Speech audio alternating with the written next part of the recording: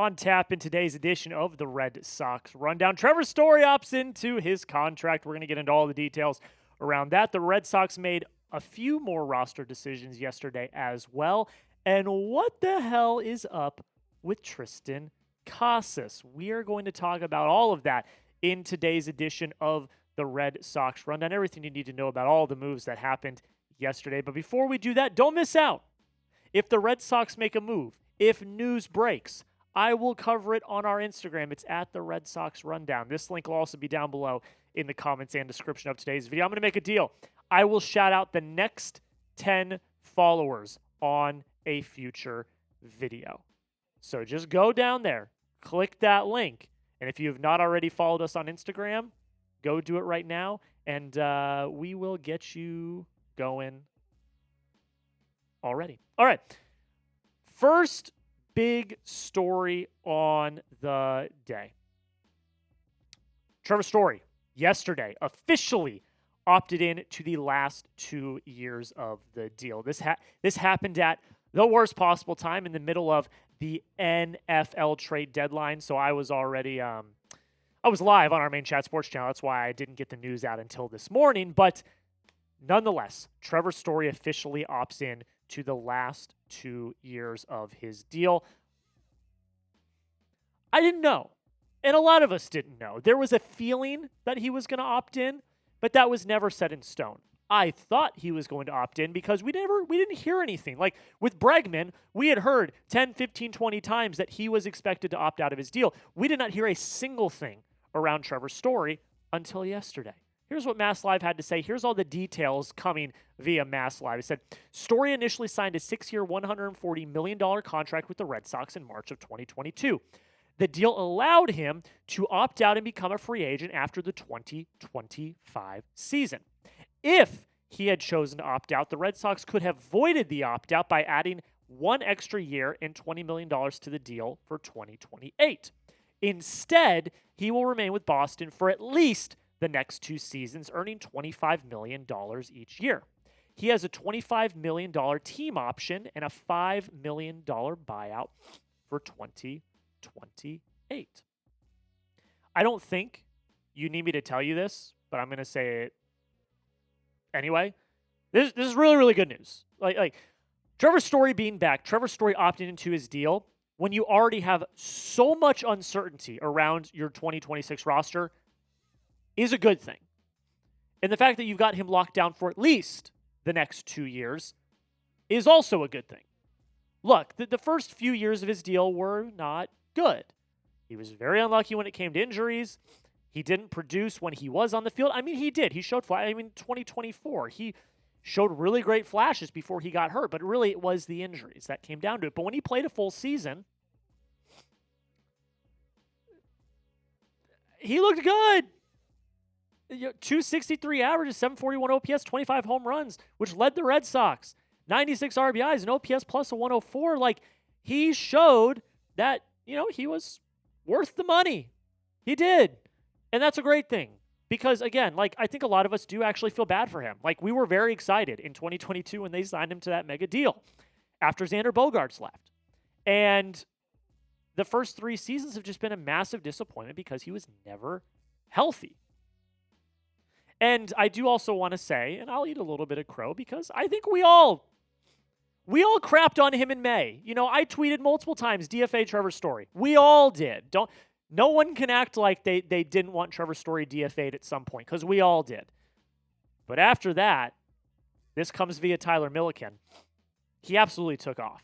His stats after June 1st, he played 101 games, 422 plate appearances. He slashed a 289 with an 827 OPS, 18 home runs, 26 doubles, 73 RBIs, a WRC plus of 124. So we crapped on him in May. He had a slow start to the season. But after that, he was arguably the best hitter on your entire team, not named Roman Anthony. And to see that offensive output, to see how confident he was back at the plate, was really great. And also, let's not forget that he was the only bright spot in the playoffs. Masataka Yoshida, yes, also performed well. You could argue a few of the starting pitchers. Garrett Crochet pitched really well. Connolly Early had an okay outing. So you could argue those. But like Trevor Story was the dude through the entirety of the postseason. He had basically all of the clutch hits. He was the workhorse. To have that on your roster is incredibly valuable. And I think my overall take on this, like I already said, this is great news. He's very important. But my overall take is, if healthy, he is a leader on this team. Right now, he is the leader on the team because Alex Bregman has opted out. I expect them to re-sign Alex Bregman, but if they don't, Story's the guy. But I think the other reason why this is so important is it's just one less hole you have to fill. If Trevor Story opted out of his deal, not only do you have to fill third base, now you got to fill shortstop. And that's without knowing who's going to play second. And that's without knowing who's going to play first. You would have had to replace or figure out your entire infield other than Carlos Narvaez. So to have that steady point at short or second, whatever they decide to do with him, is very valuable. And so I think all of us wanted Trevor Story to opt back in. If you didn't, let me know in the comments and let me know why. I know he had a little bit of defensive regression at the end of this season, but it really was just a few erratic throwing errors. It wasn't anything super, super duper like concerning, in my opinion. And if you are concerned, move him to second base and put Meyer at short. It's an easy fix right there. But when he's healthy, he has shown this season that when he's healthy, he can still produce offensively. He's still really good defensively, other than, of course, the end of the season. And he is a leader. And that's all very valuable. And that's one less anxiety that the front office has to have. That's one less anxiety that Red Sox fans have to have, is not knowing who the hell is going to play shortstop for the Red Sox in 2026. Are you excited that Trevor Story opted in? Let me know by typing Y for yes in the comments or N for no. I'm typing my Y for yes. I wanted Story to opt in. I'm very happy that he's back. But you let me know, Y for yes, N for no.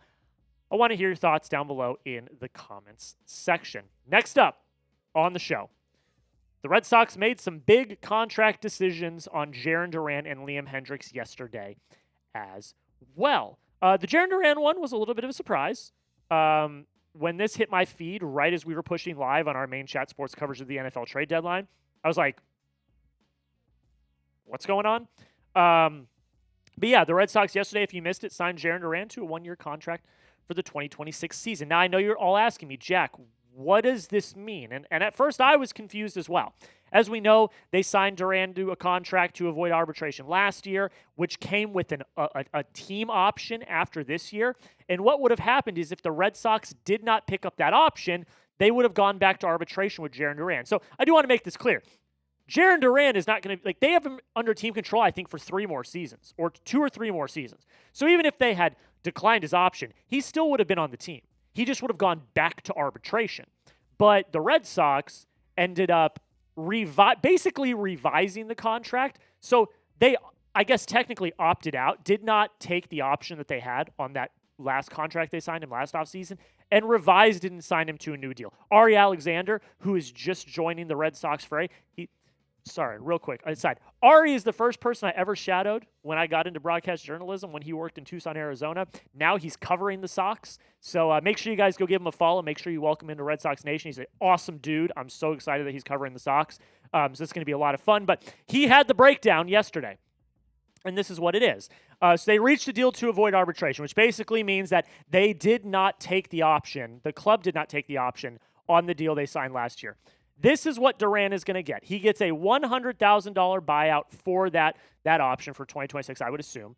A $7.7 million salary for 2026, which I believe the salary they would have paid him was $8 million if they would have taken the option. So it's a little bit of a pay cut, I guess. And also, there are $25,000 incentives each for 450,000, 450, 500, and 550 plate appearances. So, $7.7 million base salary with incentives to get it close to $8 million, to get it close to what that number would have been if they would have taken the option. I do want to make it abundantly clear because I did get comments on both Instagram and YouTube about, oh, great, so that means Duran's going to be here next year. No! This does not mean that Duran is safe from a potential trade. This is just the Red Sox saving $125 million and signing him to a new contract to avoid arbitration. This does not change anything about whether or not he could be traded. I still think the Red Sox are going to trade an outfielder. I still think that Jarren Duran is probably their top target, although there was a report that came out earlier today that they could ship either Duran or Abreu. So no, just because they signed him to that one-year deal does not mean that Duran will, for certain, 100% be on this team in 2026. It is strictly a money-saving deal so that, one, the Red Sox save like $125 million, and two, they avoid arbitration with Jarren Duran. Will Jarren Duran get traded this offseason? Type T for trade if you think he will. Type S for stay if you think he stays. This is a hotly contested thing. I love Jarren Duran. I know most people that watch this show don't believe me when I say that. I love Jarren Duran. But I just think if you're looking at the roster, he's the one that makes the most sense to get traded. So I'm going to still type my T for trade, but you let me know. T for trade, S for stay. What do you think is going to happen to Jarren Duran this offseason? Next story. The Red Sox declined Liam Hendriks' mutual option for 2026. That makes him a free agent. I'm not going to spend a lot of time on this one because it was expected. What I will say is just, I guess, disappointing. A lot of us were heralding Liam Hendriks as the closer going into last season. I mean, who would have thought Aroldis Chapman would have the come up that he did, which is, a good thing that we actually have a consistent closer. But this needed to happen. The performance wasn't there. The injuries were consistent. It just never worked out. There was a lot of drama, which I made a full video about, like a full short about earlier in the season, where I was like, once Devers got traded, we didn't need more drama. And then the Liam Hendriks stuff came out, and I was like, ugh, more drama. What are we doing here? But the performance wasn't there. The injuries were consistent. He kept getting injured. There was setbacks. There was new injuries. There was this, that, the other thing. It needed to happen. It was expected to happen, and I wish Hendriks the best in the future. Seems like a good dude. Has of course the incredible story of overcoming cancer, like all of that. I wish him the best, but not on the Red Sox. Like this needed to happen, and it now is official that Liam Hendriks will not be on the team in 2026. Stuff started to happen, folks. The offseason's here. I believe, if I remember correctly, that teams can start to sign free agents. What is it, as early as Friday? Qualifying offer decisions need to be made on tomorrow, on Thursday, so we'll know the fate of Lucas Giolito tomorrow. You're not going to want to miss any of that. I will consistently be keeping you guys updated here on the channel, whether it be short-form content or long-form content. I got at least one video for you every single day, whether it be a short, whether it be a long-form, all of the above. So if you've not already, make sure you hit that subscribe button. We're 38 subscribers away from 7,100. So if you've not already, help a brother out. Hit that sub button. Help us get to 7,100 subs as soon as possible. All right. Let's end with this story. It's interesting. I don't know what to take from it, but what's going on with Casas? What is he teasing here? So he posted this on social last night. He said, and I'm going to read it, and excuse me, it's very small text. If we're going to have any chance at something decent, it's stuff like this that needs to be addressed. I'm going to try to be as transparent as possible within reason. No delusion, just normalizing the tough conversation. No one has any idea what that means. It's very vague. It's very cryptic, kind of like Triston Casas as a person, kind of vague, kind of cryptic. No idea what this means. What is he teasing? Obviously, we know that he is on track, at least as of right now, to get, be ready for spring training. He's pushing for opening day. Like, he's pushing to play baseball at the beginning of next season. So what is this about? Are they talking some sort of contract numbers because arbitration might be coming up or something like that? Are they talking about what his role is in 2026? We've got a quote from Craig Breslow here in a second. Are the Sox moving off of Triston Casas? Like, what could this mean? I'm just going to tell you right now, I don't know. I don't have any idea what Triston Casas is talking about. What I do know is that his spot is not safe going into this year. Here's what Craig Breslow had to say at the post-mortem at the end of the season when asked about Triston Casas. He said, "I don't think it makes a ton of sense on October 6th to say someone is or isn't our first baseman, and we'll see how things play out. Unfortunately, Triston has missed a significant amount of time over the last 2 years. We've also seen what he's capable of doing when he's healthy. So as I said, Casas' spot is not guaranteed next season. I think he knows that.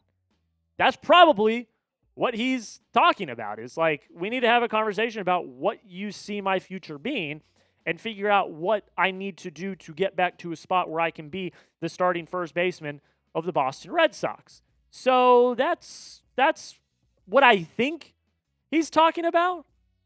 You know, he might not have been given a path to re-earn the full confidence and his full spot back. And if that's the case, the Red Sox need to give him that direction. Because, look, people are going to say, like, I'm ridiculous. People are going to say I don't know what I'm talking about. But let me give you my argument. I'm still fully on the Triston Casas train. I will be until the wheels fall off and it goes off a bridge. I will go off that bridge with it. I will. I'm very high on Casas. I was high on him coming into this past season. I'm high on him going into this season. Yes, the injury concerns are there. I'm not going to act like they're not.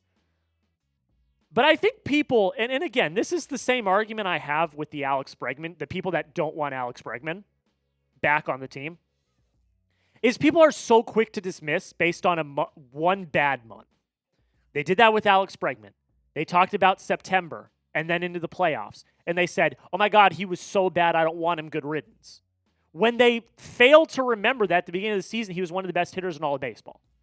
It's the same thing with Triston Casas, just at more of a macro level. Okay? Everyone wants to look at the last 2 years. Okay, yeah, 2 years is a big sample size.